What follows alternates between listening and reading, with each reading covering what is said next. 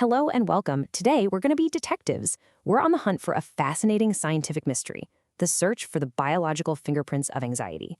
Can we actually find objective, measurable signs of anxiety in the body itself? Let's find out. So what are we even talking about when we say biological fingerprints? Well, think about it like a real fingerprint. They're these unique, measurable traces left behind, but not by a person at a crime scene. No, these are left by what's happening deep inside our own biology. Now, in our investigation, the fancy scientific term for one of these clues is a biomarker. Really, it's just any biological trait we can actually measure. Could be a chemical in your blood, a pattern in your heartbeat, maybe even a specific brain wave that points directly to a particular condition. It's the biological clue we're looking for. So, why is this so important? Why is this such a huge deal? Because finding a reliable biomarker for anxiety is basically the holy grail for researchers. It would mean moving beyond just diagnosing based on how someone feels, based on subjective reports, and moving toward objective, data-driven medicine for the mind. It would completely change the game for how we diagnose and treat this stuff. Okay, our investigation begins with some of the usual suspects: chemical messengers. We're about to go deep into the body's internal stress alarm system. Right at the center of this whole alarm system is something called the HPA axis. The easiest way to think about it is like a biological chain of command. When your brain senses a threat, doesn't matter if it's a real tiger or just a looming deadline, it triggers this whole hormonal cascade that ends with your adrenal glands pumping out cortisol, the famous stress hormone. Okay, so that leads to a pretty obvious question, right? If cortisol is the stress hormone, then do people with anxiety disorders just have more of it, just coursing through their veins all the time?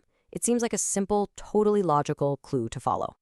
But, and this is a big but, the evidence here is, well, it's really complicated. For panic disorder, the results are all over the place. For generalized anxiety and social anxiety, it's the same story, completely mixed. Some studies find higher levels, some find no difference at all. So cortisol? It's definitely not the simple smoking gun we were hoping for. This clue turned out to be surprisingly messy. Now, cortisol isn't the only chemical suspect on our list. We also have to look at GABA. Think of GABA as the brain's primary braking system. It's the neurotransmitter that tells all the other neurons to just slow down, take a breath.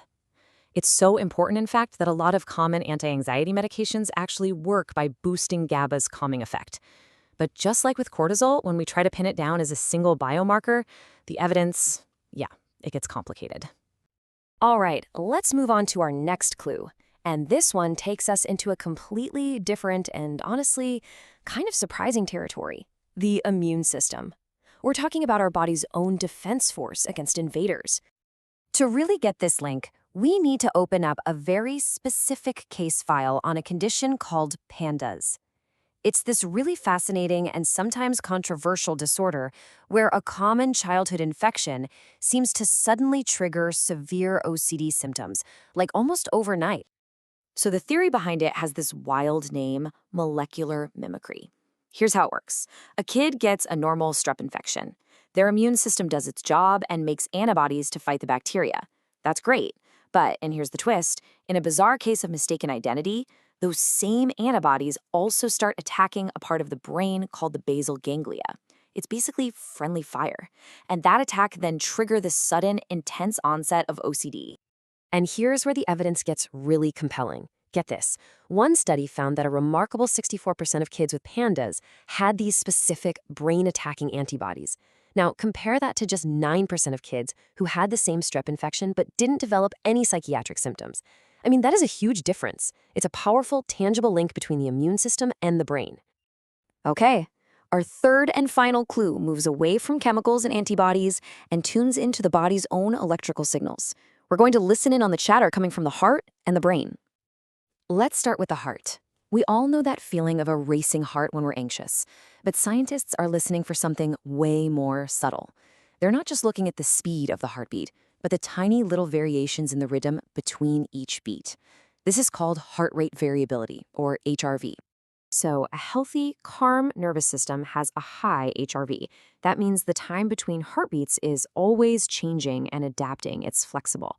But in a chronic state of anxiety, the heart can start to beat more like a metronome. It gets really rigid, and that leads to low HRV. And this reduced variability is something that's seen pretty consistently across a lot of anxiety disorders. All right, from the heart, let's go up to the head. Our brains actually have a built-in error alarm.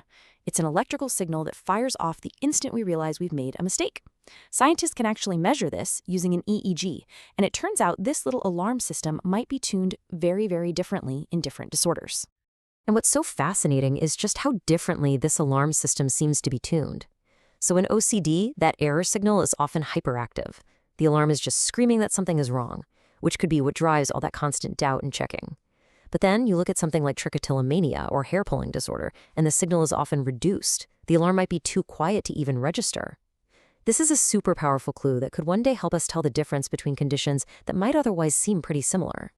So, after following all these different clues, the chemicals, the immune cells, the body signals, what's the verdict? Have we solved the case? Well, the expert consensus that kind of guided our investigation puts it pretty bluntly. They say, and I quote, "There are more inconsistencies than consistencies in the relevant research findings." So, yeah, the case, it seems, is very far from closed. So, the single biggest takeaway from our entire investigation is really this. There is no one single universal biological fingerprint for anxiety.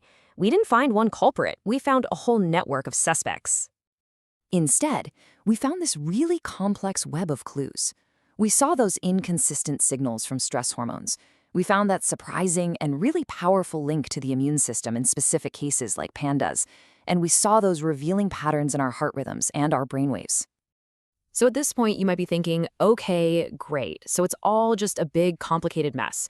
If there's no single answer, why does any of this research even matter? It matters because this complexity is the answer. Realizing that anxiety isn't a single lock with a single key is the most important first step. Each one of these clues, cortisol, immunity, brain signals, it could be a key to a different lock, representing a totally different biological subtype of anxiety, and each one might need its own unique, targeted treatment. And that leads us to our final, and I think most provocative thought. Could this research, by mapping out all these different biological fingerprints, be the very first step toward truly personalized medicine for our minds?